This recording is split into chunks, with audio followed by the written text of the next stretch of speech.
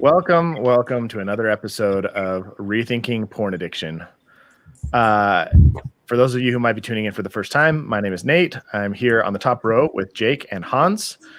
We are the regular Joes who show up every week to talk about our experiences with pornography and provide our own insights. And then down below, we have Kristen and Doug, who are both clinicians. They both have many years of experience working with clients who have dealt with pornography and other sexual issues. And they are, Kristen and Jake, who are almost on top of each other in the frame, are married. So there's a lot of intermingling of relationships here, but we're trying to provide in these conversations an opportunity to reflect on the principles of sexual health and find a way forward in our relationships without necessarily leaning on the addiction model, labeling somebody as an addict and following down that train of thinking. And hopefully today, well, let's preface this with if this is the first conversation you're dropping in on, it would be very wise for you to go back and start at the very beginning, because this is like the 11th conversation that we've had, and they all kind of build on each other. And so just to avoid taking things out of context, if there's anything in this conversation that might rub you the wrong way or might make you uncomfortable, it might be helpful to go back and listen to previous episodes to gain a little bit more context before making a judgment. Okay, all that being said, I am very excited about today's conversation. I've been thinking about it all week. And I want to, if it's all right with you guys, I want to see if I can set it up in a way that kind of gives us a path forward. So last time we spoke, one of the things that Doug said was how difficult it is when there's a values conflict in a relationship. It's one of the most painful conversations to have is when you realize that you and your partner don't have shared values, which is one of the 6 principles of sexual health that we cover and talk about very frequently is shared values. And one of the things that I've been noticing is that when there is a discrepancy in shared values, oftentimes what partners will do, even when listening to these conversations that we're having right now, is they will subtly, sometimes without even realizing it, use points, things that they learn about, things that they hear in conversation, things that they hear on our show as leverage to exploit their partner to get what they want. Does that make sense? Was I clear in that? Yeah. Tell us what you mean by leverage. Yeah. So a good example would be this is a purely hypothetical example. Mm-hmm.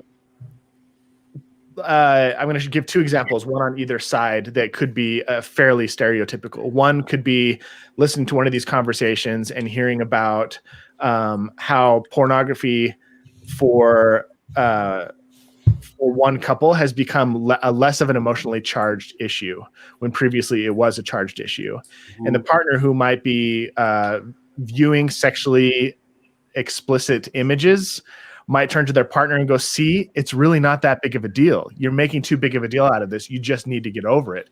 These people have obviously gotten over it, whatever that means, without having all the information. So you need to get over it. And they use that conversation or that point, their perspective, to try and gain leverage to make tip their partner over to their side. Or on the flip side, it might be maybe they're in therapy, and the therapist might bring up something like, this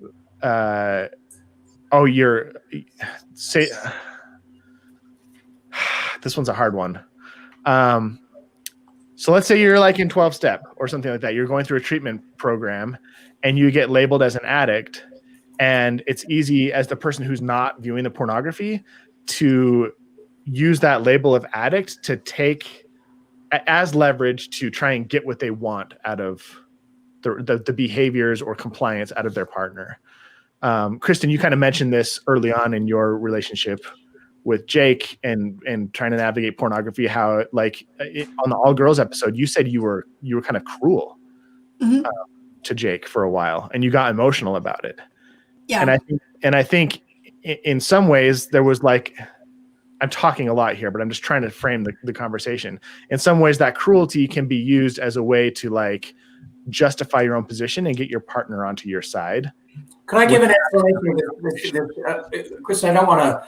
Yeah, you got it. I don't want to use your example to say what I'm saying. I just want to give an example about how this cruelty narrative lives. Yep. As a form of leverage. I've talked to so many men who feel terrible about not keeping the agreements in their relationship, and terrible about hurting their partner and having it all on the open. And the guilt and the remorse and the shame is so great that they don't believe they have any right to assert themselves or stand up for a possible difference of something they feel about their sexual interests or pleasure. They feel like they have no right to actually do that. And so when the relationship is in that power switch where the injured party feels like they really have to kind of take control or monitor, like we talked about, or move into a much more authoritarian or powerful position, the power imbalance can be exploited to negotiate a sexual agreement that's not tenable in the long run. It's something that's just made an agreement because it's such a terrible time in the relationship. Mm-hmm. That agreements are made that just aren't reasonable to maintain over the long haul. Yeah, they solve the moment and they solve the tension or the conflict in the moment, and they can provide a false sense of safety, but they're really not thought through, discussed. What would this mean? What would this look like? And when I was hearing you talk, Nate, it also reminded me of people taking the individuals from our conversation and being like, see, as a way to add more weight to how they feel, that their own feelings around it can't stand alone. Yeah. That they need this backing to be like, see, or my therapist agrees with me, therefore you're wrong. I think that's kind of what you're also speaking to, is the challenge it can be for two individuals holding on to their position and having that be valid in the face of another person who has a different opinion. Yeah. And how do you hold on to that and manage the tension that exists without collapsing and making an agreement for the moment, or creating an agreement for someone else to manage your own discomfort? I want to just give a psychological word here that I think we might be talking about that goes on in relationships, in any relationship, not just partner relationships, is that somebody will use a dismissive attitude or dismiss a person's feelings or perception. Oh, that like this, that doesn't count. Your idea, your thought, your position doesn't count. And the way they accomplish this dismissiveness is to use an authority outside of the relationship, which, Nate, you're seeming to think our show could be used for. So-and-so said this on the show, or so-and-so said that. And so I get to dismiss you. What you have to think and what you have to say really can't count, because these other authorities, that now there's what counts. So I'm going to dismiss you. Right. And I think the most typical situation is you've got a wife who is like, I don't want porn to be a part of our relationship. And then you've got a husband who's like, I don't see a problem with it. And then they're in this juxtaposition of like, well, if you don't see a problem with it and you engage in it, and it really bothers me, like, how do we find a solution there? And to me, like, the interesting thing about these sexual health conversations that we've been having is that there hasn't necessarily been a goal in mind. And I think a lot of people assume that there is a goal. There's a specific outcome that we're trying to get to. People tuning in might be thinking, oh, the goal is to get me to stop looking at porn, or the goal is to get my partner to accept that porn is normal and okay. And neither of those is true.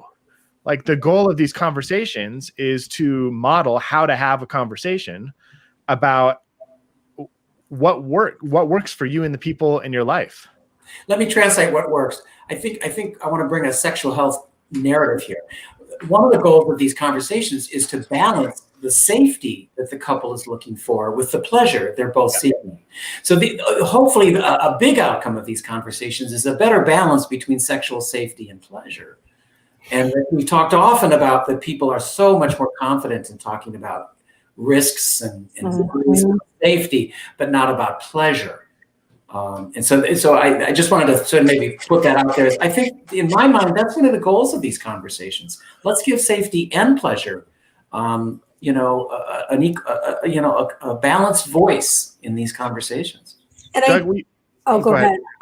Another word I wanted to add to the conversation is gridlock. I feel like you're describing when couples get to a point of gridlock of, well, I don't want you to look at porn. Well, I do.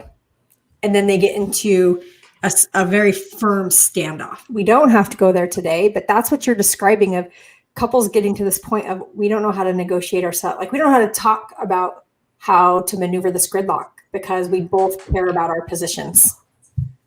I think a gridlock like that, Kristen, has something to do with the couple's inability to talk about pleasure. Agreed.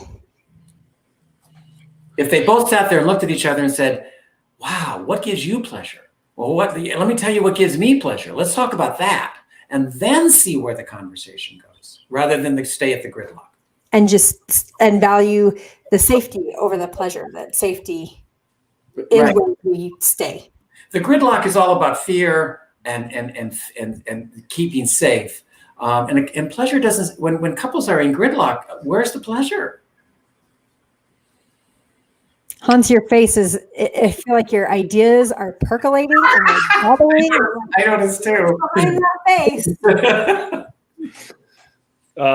I'm experiencing that feeling inside of me where I can feel there is a little bit of anxiety, unresolved something. And I've just noticed I can recognize that feeling inside me now.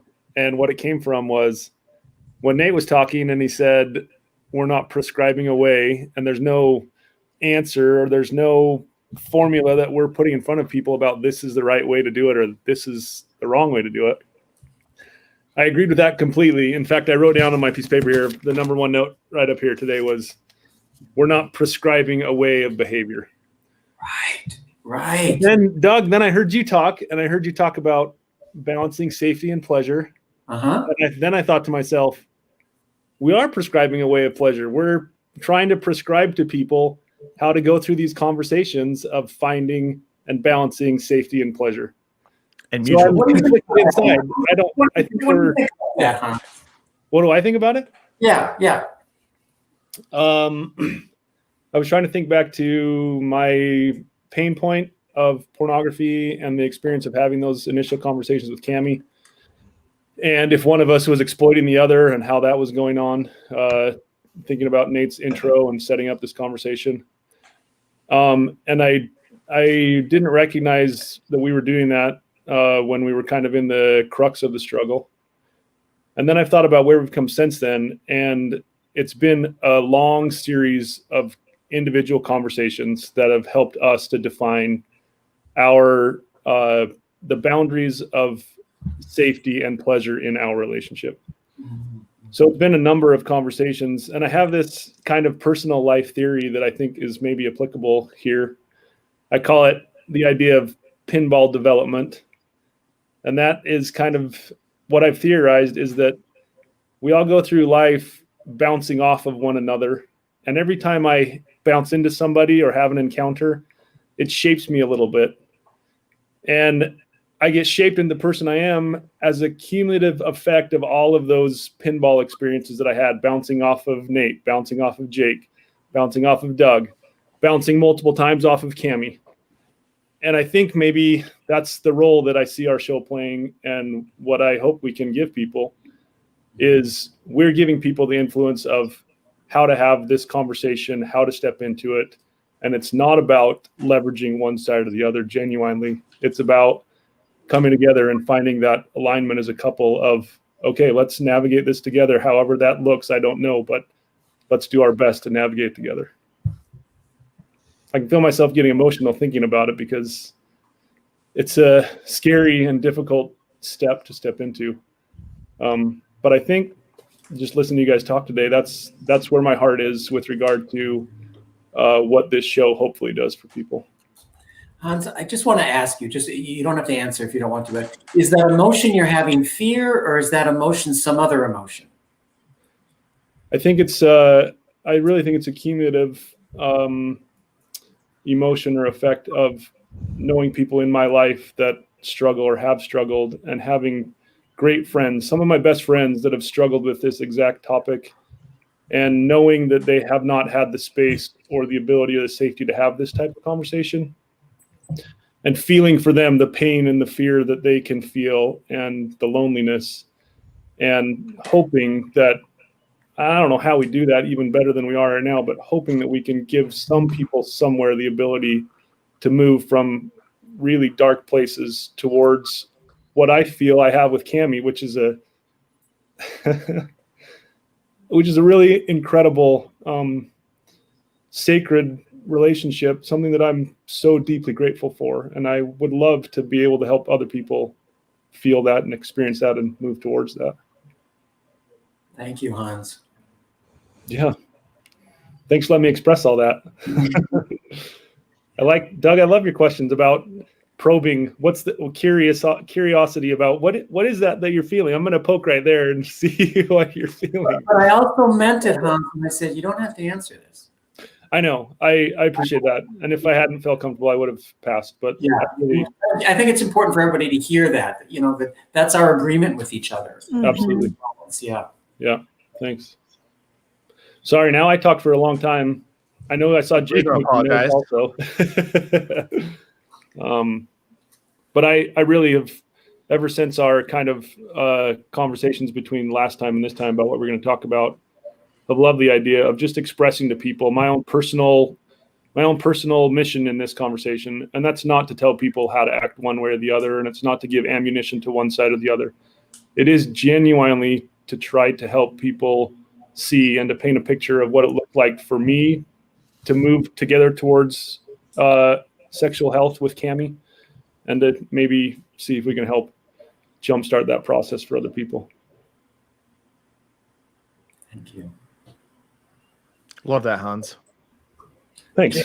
Jake, have you been making notes? I don't know. I see you go down every now and then like that. So is it something you've written or something you thought that it's on your mind? Yeah, I'm more soaking this all in. I think this is one that, as I've thought more about it recently, how much I don't know in terms of this. And the one thought that I kind of had is, I think when we talk about sort of this emotional subterfuge, or this sort of subconscious divisiveness that can enter into these things, I think it's important to understand, well, two things that I noticed in my relationship that I was looking back on is that a lot of the tactics I would use initially in our sort of value conflict conversations were ones that I would use elsewhere in our relationship. It just wouldn't be so poignant. So what I mean to say by that is, when you talk about the dismissive behavior, I think as you're starting to have some of these conversations and these value conflicts come up, for me, it was a great time to sort of do some self-check-in with, after I would get done on a conversation with Chris of pulling back and then being like, okay, I said this and that, and it wasn't really how I was feeling in the moment, but I said it because it was like my defense mechanism, or I said it because, I wanted to attack because I felt pinned or whatever. And how much of, at least in those initial conversations, how much was really reactionary. And I think, at least from the beginning, there wasn't a lot of opportunities where I was grounded, and we used the term sort of my best self, that I would come into these already with sort of this kind of preset mind, or I would quickly get forced into, common patterns that we had in our relationship. And so, now I'm going rambling, but I think it was important for me, as one of the things that came up for me was when you talk about this gridlock or the dismissive, not respecting the other partner, I think it's a great opportunity to look at it and see if that's elsewhere in your relationship, and how you can start to, for me, it was pausing before I responded, and really making sure I would let her message go in, and then there was a couple times where I remember I wouldn't even say anything in response except for, I want to sit with this information and then I'll respond to you, which would actually give me time to sort of cool down or get grounded and get my head on and be able to re-engage. And then also wanted to sort of echo what Hans said earlier, and I guess has been sort of the theme of this, is it's very vulnerable to get into this recording situation and to not have any sort of script or anything to guide you, and to not know when the emotions are going to come up or when a question might catch you off guard and throw you into a memory or some of these other things. And I think it's really easy to watch a couple of these videos and kind of say, oh, these guys are for pro porn or these other things, and wanting to echo that that's not the case at all. And I don't want to beat a dead horse, but I just want to state how important it is to just start talking about these things. And as hard as it is, how important it is to really sort of move the needle in anyone's relationship. Going back to some of the first episodes, I know the quality of relationship we had before we started to talk about these sort of paled in comparison, because there was this unseen division that we hadn't sort of fleshed out. And it was the silent gorilla in the room. You know, there were the invisible gorilla in the room. We both knew it was there. It wasn't overt. It wasn't constantly banging around. But when we felt its nudgings and its influence, it was definitely there. Jake, you said three things and I wrote them down, and I'd like to just organize them in our topic today. I think you described 3 skills in a relationship that could be thought of as exploitation prevention skills. Okay. One of them is the simple pause. Just pause. You know, what a way to regulate the possibility of getting involved in exploitive reactivity. Right? I'm going to overpower you. I'm going to make you afraid of me. I'm going to, try to have you feel something to squash what you want to say or do. So pausing is a wonderful way to interfere with that maybe routine habit couples get into. You also said, let the message soak in. I didn't need to say anything. I just, so maybe I paused before I said something, but even sometimes I just let it soak in. That's all I did. I let it soak in. What a great way to sort of regulate and disrupt a pattern of potential exploitation. And the third thing you said is, I need to sit on this. I don't want to respond right now. That you can verbally say to somebody, I can't organize a response with you right now, but I will. Because the response I may organize right now might not be, as you said, my best self. Mm-hmm. I think all 3 of those, they're simple ideas, but I don't know, I thought of that as I was listening to you. Oh, those sound like ways to avoid exploitation. Yeah. Thanks for organizing that, Doug. I do think, as I've talked with people, it is helpful to have a bit more structure in the fluidity of our conversations. And so bringing in some of these ideas into concrete form, I think, is really helpful. And even reflecting back, like what you heard in Jake's, is like, oh, right. I don't know if those behaviors are seen as what did you say, exploitative? Prevent exploitation. Yeah, but they really are. I was even thinking of the reaction of exploitation when someone's like, I'm worried, like, that you're there's something hidden on your phone. No, there's nothing there. There's nothing there. Dismissiveness. Right. Dismissiveness, Kristen, right? Oh, there's nothing there. Right? There's nothing there. And then it's just moved on instead of the pause and like, okay. But I really appreciate you organizing it like that. I want to keep picking away at exploitation, because I think when we initially in the past conversations have set it up, we haven't left a whole lot of room for nuance. I think the typical way that we envision that, I'll speak for myself. When I think of exploitation, the first thought goes to a man, typically a man in a position of power, using any means necessary to get what they want at the expense of somebody else. But I'm curious if is with that image in my mind, typically it's really overt. The man who's doing the exploiting is very conscious that he's doing it. He's oftentimes doing it with malicious intent, kind of greedy, selfish, maybe self-centered, narcissistic. A lot of those words could be used to describe that type of a person. But I'm curious to know, like, a couple of things. Like, one, is it possible to exploit on a more subtle level? I feel like exploitation in the way that I just described it is typically exploiting to get pleasure. But are there ways to exploit to get safety? Mm-hmm. We haven't really talked about that very much, about exploiting your partner so that you can feel safe, not so you can feel pleasure. And like, where does the desire or the need to exploit your partner, whether it's in a very overt way or a covert way, where does that come from? Well, exploitation is a human behavior. I think that's the first thing I like to get out in the open. This is not evil. This is not, way out on the bell curve. Only 3% of the human beings on the planet ever engage in this behavior.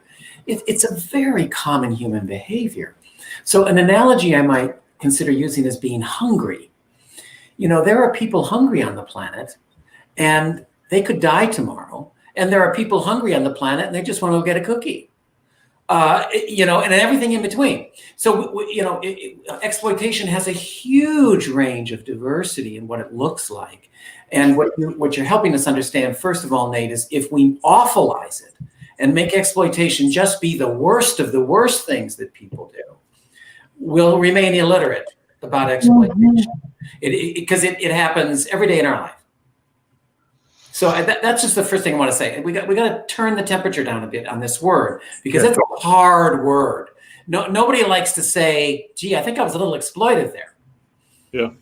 I mean, that's really, really hard. So exploitation is like a description of a power difference between people and how people handle the power difference. There's always going to be power differences between people. Let me ask you a question that's burning. I don't know if it's burning, churning in my mind. Where is it burning? Where? Burning in my heart. Here to take a look at it. Well played. I have, as we've been having these conversations, I've continually thought about what my treatment program was around my usage of pornography. And it was hiding and avoidance. And I've been trying to re-examine that based on our conversation today of, if I'm hiding and avoiding my use of pornography, am I exploiting my partner? Am I exploiting my relationship? Is that an exploitive action? Behavior. What's that? Well, is it based on the agreement, whether implicit or explicit, but it might be implicit at this point, of trust that you wouldn't be looking at sexual imagery, and Cami is trusting that you're upholding that? There was a great TikTok video that was getting the rounds about words I never thought I would hear come out of Doug's mouth. Yeah. No. But it was a great video. It was 10 seconds. These are things that are really quick. And it's a woman loading the dishwasher in the family home, and the husband's out of scene. And he says, "Honey, how come you never tell me when you have an orgasm?" And she said, "Well, I don't want to interrupt you at work." Yeah. That's right. You said that one was a good one. So that's a funny joke. An example of a non-exploitive conversation. I got it. Got it? Got it. In the description of this conversation, I wrote, exploitation is when a person leverages their power and control to get what they want. Yeah. So if you enter a sexual health conversation with a goal in mind, a desired outcome, will that immediately put you in a position where you're more likely to exploit your partner? Say it again, Nate. I didn't get the question. So, okay, let's say my partner and I go, okay, we need to like start talking about the 6 principles of sexual health. We need to start creating some agreements together. But my intention is we'll put it this way. I want to convince my wife that looking at porn isn't that big of a deal. I love the way your face changed. Did you see that? I do too, totally. I mean, I just want my wife. I'm exaggerating, but there it is.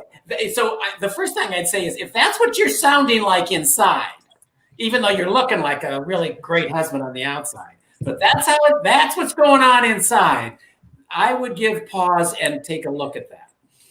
Because Nate, you couldn't even play that character without changing your voice. You just look. You notice how when you channel exploitation, you just can't say it like a kind person. Right. Or flip it around. I just want to convince my partner that they're looking at porn as damaging our relationship. It's hurting me, and they just need to stop. I think the word convince is so interesting. I don't know if anyone else has an interesting relationship when I'm hearing you say, I need to convince my partner. I'm like, I'm curious about that idea of convincing. Yeah. Kristen, say more. I love when your mind goes here. Tell us about convince. What got you going? Let's go down the road.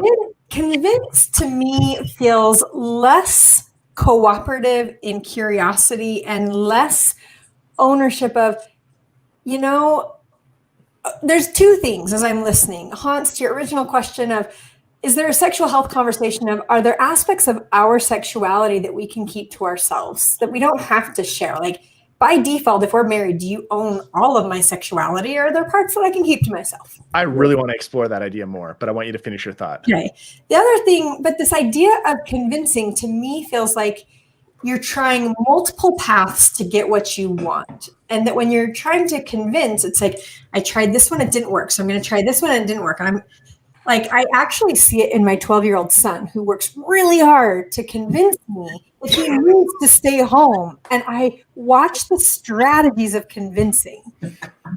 And shutting one door actually doesn't stop it. It just makes him try all sorts of maneuvers instead of like, that's what comes up for me. So Doug, I don't know if I have a landing place with it, but convincing, I think as a partner, if Jake were coming to me to convince me, which that's happened before, like he convinces me that he needs to keep a motorcycle in our garage that he's not going to drive for years. Right? And I'm hoping that's okay for me to share. I said that. Now it's a little late, Kristen, for that question. That's true. That may have been exploitative. So that example of exploitation. But no, we finally actually had to move through that of, I need to share with you what this means to me, and I need to own that. To your point, I would like to look at sexual imagery. I don't know what that looks like in our relationship. I don't know where that conversation can go. And it's not. Let me back up. I think you just made a switch. I just want to make a little more conscious. Okay. Your initial description was about convincing, and then you gave some examples. And then after the disclosure that was not consensual about the you then modeled a different way of interacting. Yeah. And the words that came to my mind was, you moved from convincing to conversation or collaboration. It's right? A collaborative curiosity. Collaborative curiosity. And so maybe that's a way to organize this distinction you're making. Because I think I really like how you gave us the word convince as a kind of foil to what we're trying to advance here in our conversation today. Yeah. Looking back at our conversations, I think for a long time you and I both had an end game in mind, an end result in mind. I think that was largely due to the available options at the time, the lack of other, options, that there was already a path laid out for us. And so we would enter these conversations with a predetermined expectation. Truthfully, it was, we could talk about convincing. There was an expectation attached to that. Jake, can I back up on it? the key point you wanted to make got glitched out by your video feed. So you say, we got influenced by, and the video wasn't good. Okay. So I don't want to imagine what you said. That's it. Well, sort of influenced by this predetermined notion of what we wanted to occur. And the word I really use that I said a lot is an expectation. Okay. I would enter into a conversation with the expectation that we would get here. To simplify it, looking back on it, if I entered into those conversations with that expectation to get there, or a goal or whatever you have, it was almost certain to wind itself further and tighter. And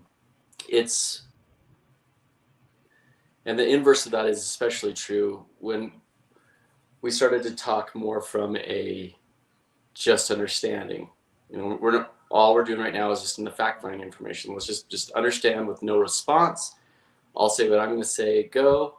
You don't respond. You say what you're going to say, go. I won't respond. And then let's go someplace else and come circle back around.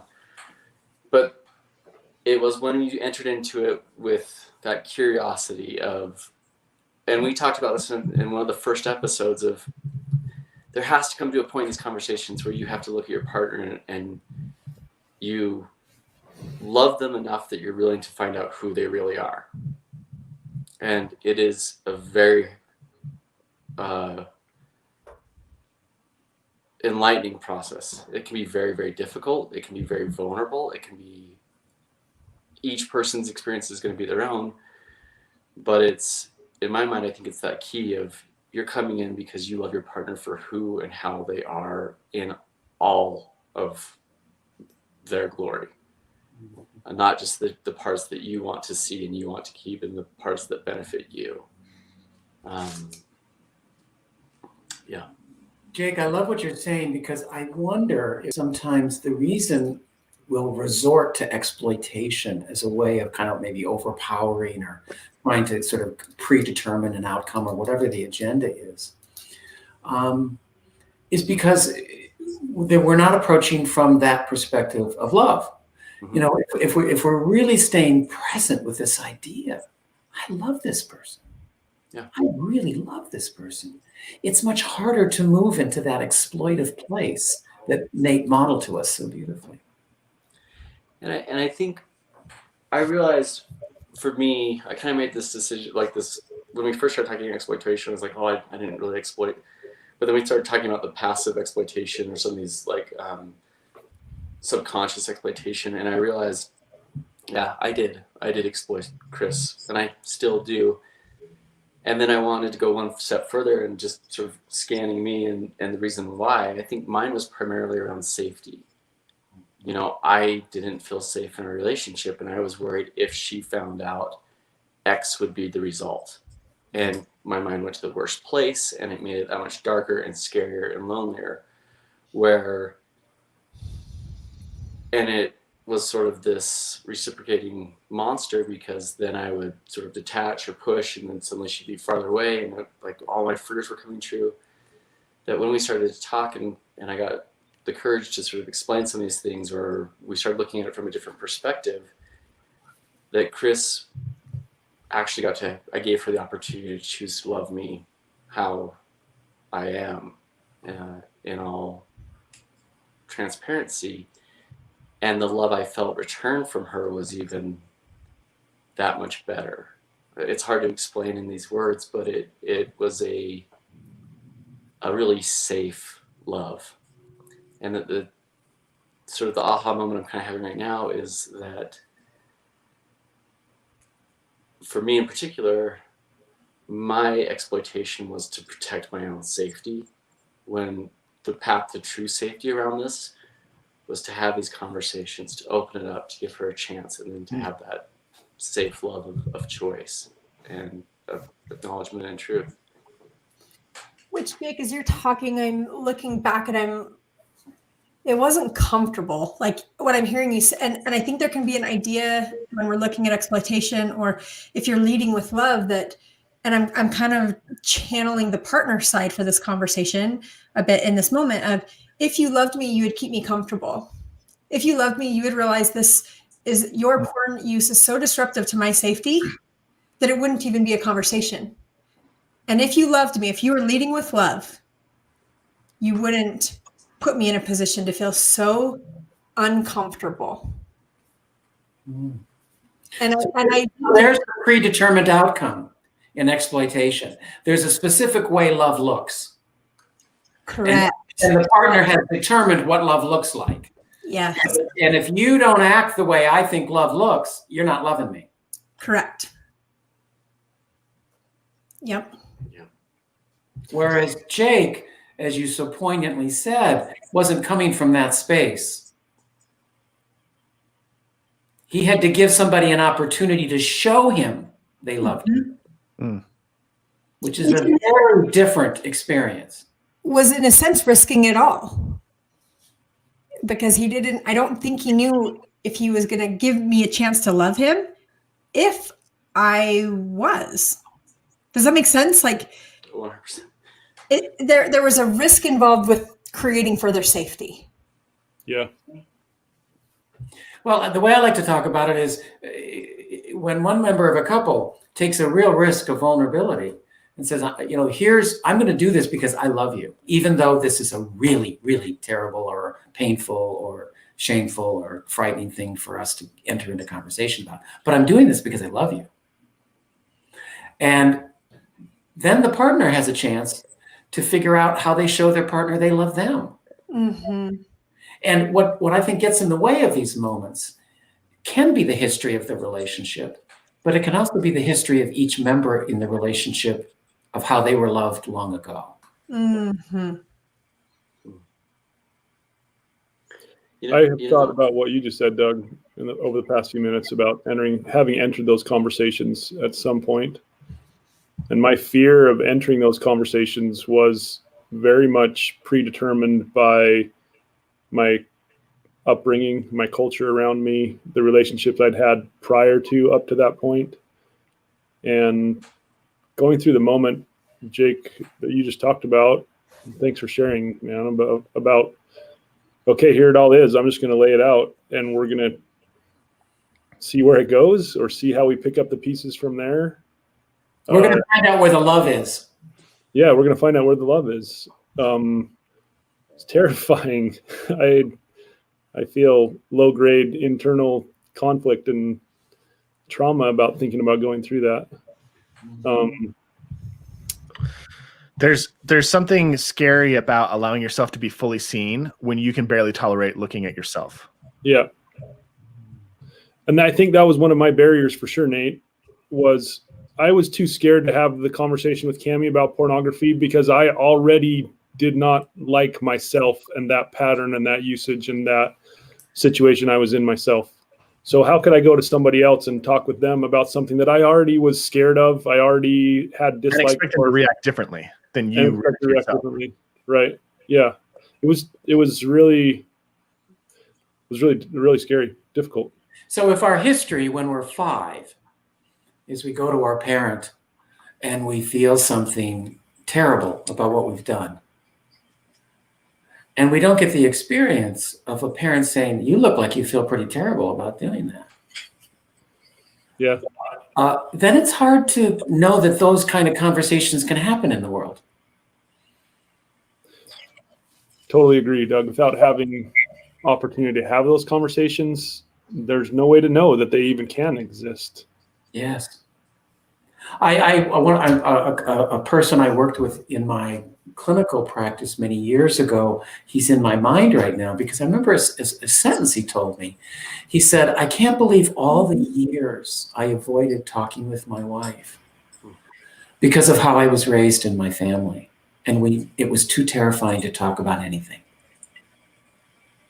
Yeah, I came from an amazing family and I'm grateful for that upbringing. And I also experienced some of that. And a large part of it, again, was the highly conservative religious culture that I was raised in. Also, it was difficult. That was in many ways was difficult to have open conversations in that environment to begin with. Yeah. The reason this man's coming to mind is that when he finally engaged in these very difficult conversations about who he was as a sexual person, yeah, his wife was so welcoming of the conversation. He had no idea. Mm-hmm. He didn't know her. Yeah, that's amazing. So, go ahead. Say though, just real quick, that the inverse could be true too. Like you might feel this way, and you, first of all, you've got to go into the conversation without that expectation result, right? Like you can't go in there being like, I'm gonna get permission from my wife to do this because this is who I am. Like that won't work. It has to be exploratory. The second thing is, as you wade your foot into these waters and you step into them, like you might not have the wife that is, or partner that is open and explorative as well, and it could blow up. And you'll get to know who you're married to. But the thing I want to say about that is, if you can just sit in there and see your partner for the pain probably that they're going through, and not try to fix or defend or to control the situation, but to just be there, and then potentially re-engage, that's okay. That's just as much a possibility or likely outcome of her being totally acceptance of it. And it doesn't mean it's over from there. Like it doesn't mean don't ever have these other conversations or like run to the hills because this is who you've married. And it's, for me, there was anger, there was a lot of stuff going on. And I think it was really important that I saw that, as hard as it was for me to see that you're hurting someone you love. It was really important for me to see that I had hurt someone I loved. It also helped me to understand. Do you have a tip for our listeners of something you remember doing in that moment that helped you do that? I remember tears. I mean, I remember a lot of tears. And I think the thing that's important about this, though, is where I first probably walked away from those conversations thinking that I hurt her and that this, usage of imagery hurt her. What I really came to understand is it was the hiding, the untruthfulness, the deception, like all the things we've kind of talked about in the past, a little bit, the betrayal, that was the true cause of the pain. But I would never have been able to find that out had I not been able to, one, witness the pain firsthand, and two, just sort of sit there and kind of suck it up. And I also want to talk about sort of the timeline, that there is no timeline that I know of, right? For some couples, it could be, a quick process, and for others, it could be a longer process. And I think ours was a long process, because once we got the ball rolling, we would take off as much as we could sort of handle at a time, and then go back and sort of, get comfortable, and then take off a little bit more as we could chew it. And it got easier and easier and easier. But the first conversation was the hardest. The second conversation was almost just as hard, but not, and then it kept getting easier and easier and easier. I have two kind of thoughts I'm hearing in the room. One is that there's this sort of exploitation treatment plan that people move into when they've got all these conflicts around who they are sexually, particularly looking at imagery. And it sounds like in the middle of the hiding and the lying and the secrecy, they don't know it's hurting someone. That somehow doesn't get in until the exploitation stops. Then somehow there's room to think, wow, these actions I was taking hurt somebody, or hurt somebody I love. And it wasn't actually the sexual act itself that was the most injurious. It was the resorting to exploitation as the way to solve this dilemma. It was really painful. Yeah. And then, Jake, you used a metaphor, and I hear metaphors, I always like translating them into sexual health language. You said getting the ball rolling, right? Well, when we got the ball rolling, and so what I heard was, when we started to no longer use exploitation as our solution to these painful conversations, that's what I heard you say when you said get the ball rolling. We somehow made a choice. We're not going to do that anymore. Well, I don't know what we're going to do. It's going to be really hard. We don't know what we're doing, but we don't want to resort to that. Yeah. And it's interesting because I look at it now, and this sort of being able to discuss this hard topic and sensitive topic helped create a pathway for us to discuss so many other things in our life that came up that I don't know if we would have had. Chris, do you think we would have? I don't know. It's okay that that's your opinion, Jake. Would you Yeah. like Kristen to have the same experience as you? Yeah. Well, I mean, I guess in my eyes, it helped break down some of the barriers that helped us have other tough conversations. Yes. That's And right. also learned for us how to communicate with each other. And sort of, it went from more of a verbal sparring match. I remember writing in my journal once that I just got done with a verbal sparring match to more of a dance. You know, there was movement, there were steps. But there's still tension. Still there. Like You cannot dance with your partner unless there's tension. Absolutely. Right? And I used to describe it as when you go back, when you engage in a conversation about whose experience is more right, that my experience is more right than yours. It's like two lawyers in a courtroom without a judge.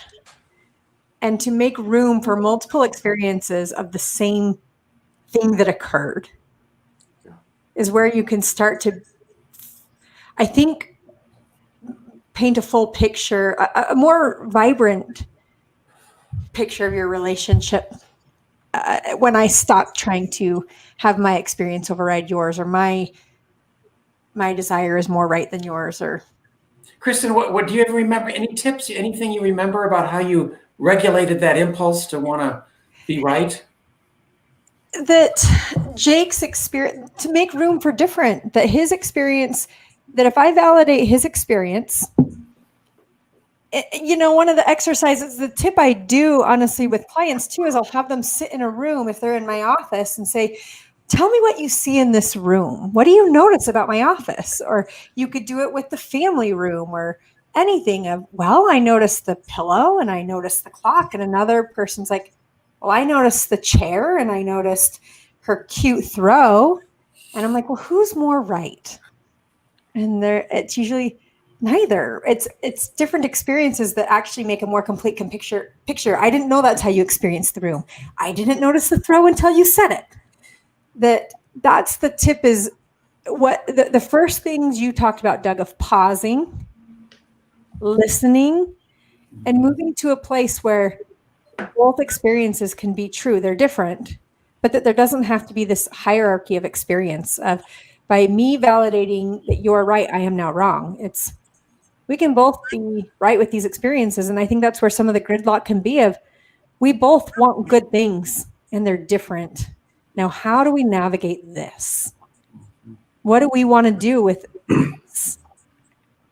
Well, Nate started the whole show out today by putting in this interesting question, shared values and exploitation. Somehow they were dancing partners. And we, you know, how were these two influencing each other?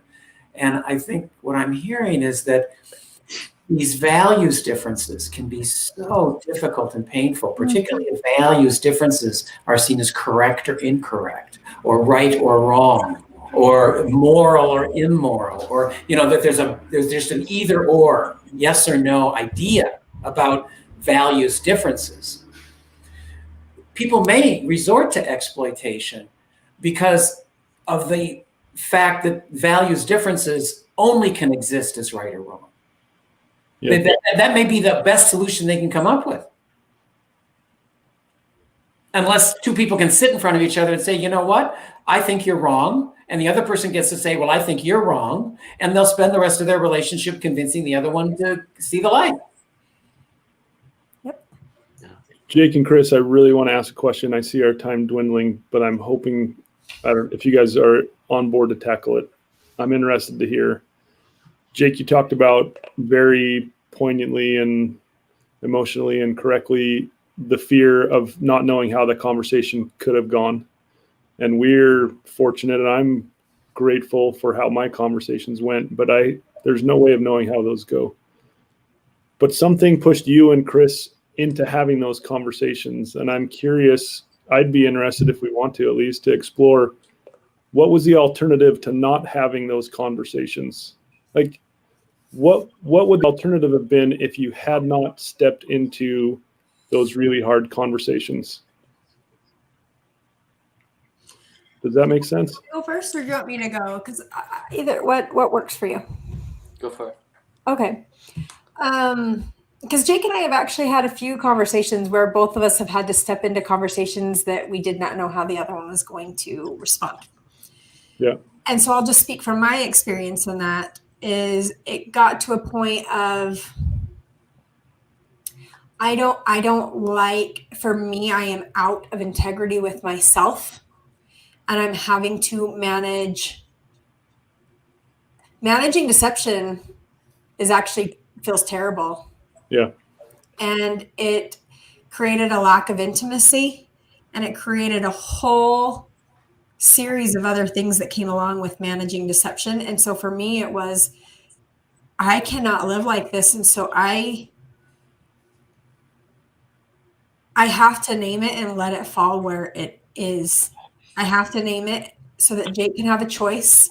And so our marriage can move to a place of honesty. So one of the 6 principles of sexual health, I need to honor honesty and to see if our relationship can hang. And I've got to be more clear on what I need from, like, in this relationship to really feel valued, seen, loved, because I was bypassing that conversation. So it was, I can't live like this. So if I'm hearing what you're saying correctly, Chris, you anticipated there were long-term consequences that were very heavy and difficult if you continued just to live in the manner of ignoring it or wishing it would go away. Mm-hmm. And that it would actually blow things up in a way that also felt terrible. Like, I didn't want it to be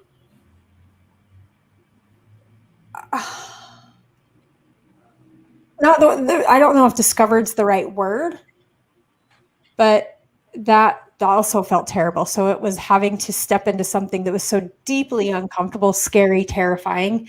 But the other side, I chose to not see that path. Yeah. One felt more in control while it was uncomfortable. But at the same time, I didn't view it as a confessional to alleviate my comfort. It was, this is what I need to deal with honesty and to let Jake choose and for me to name what I need. So I was also avoiding some things too by deception. Thanks. Yeah.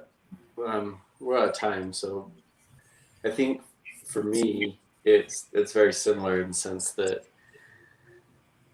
it felt so heavy to try to hold the burden of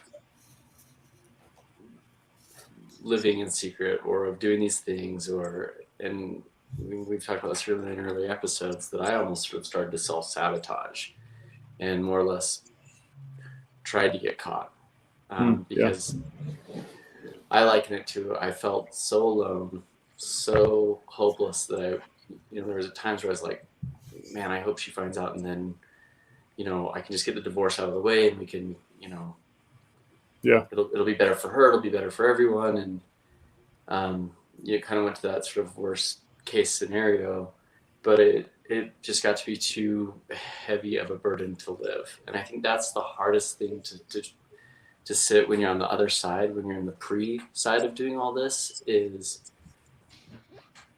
how much better it can be just because you're honest and transparent.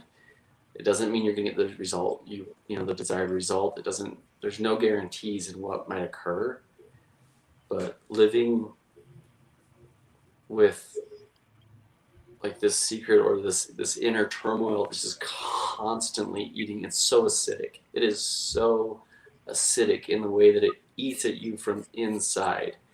And you don't know how much it kills your energy or your light and your love towards others, because you can't see it until you start to let go of it, until you start to have the hard conversations or to be open and be vulnerable. And be accepted or rejected, and to start to move on and to heal from this, this life of managing deception, I guess, more than anything else, that it is such a, for me, it was such a better way to live. And I'm fortunate, and I will acknowledge that it worked out well. It worked out because there was a lot of work that went into it. And I want to be very clear on that. It wasn't just like I got lucky. It was, we worked, and then it worked out. Thanks, you guys. I loved hearing that. I honor you guys' recounting and going back through some of the emotions of that, of how heavy the alternative was also to where you were at and the decision that you made to step into a really hard conversation. Hans, you just modeled for our listeners as well how to be a participant in engaging with a couple. You're curious about how it worked for them. You gave them each a chance to go first. You didn't ask somebody to go first. Kristen answered, and you summarized what Kristen said. And you checked it out with her. Is that kind of what I hear?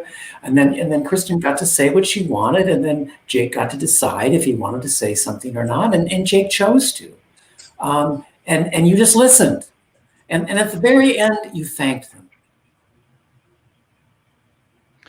And Doug, I want to point out how your summary of Hans's summary was a perfect example of what a therapist does. Because you point out the patterns that we live out, but sometimes miss. Yeah. And I think that one of the powers of having these conversations with a third person in the room is that they get to observe the pattern and give it back to you, and you get to go, "Oh, that's how we work." Mm-hmm. And there's power in seeing that as well. And so if this is something, if having these sexual health conversations, if you're noticing you're slipping into defensiveness or exploitation, or you're having a trouble finding shared values, a great piece of advice that we can end off with is reach out to somebody who can help you navigate these conversations. Reach out to somebody who can help you find the patterns in your behavior and in your language that are preventing you from getting where you want to go. And sometimes having that trained professional on the outside looking in it can be a really powerful experience that will propel you forward so you don't get stuck. We're going to be providing resources in the future. It's something we're talking about, and we'll definitely share them with you when they're available. If you guys want more information about the show, or you want to watch previous episodes, which if this is one of the first episodes you've seen, we definitely advise going back, starting at the beginning. Go to rethinkingpornaddiction.com and you'll find more information there. That's it for this week. Thanks, everybody. Everyone.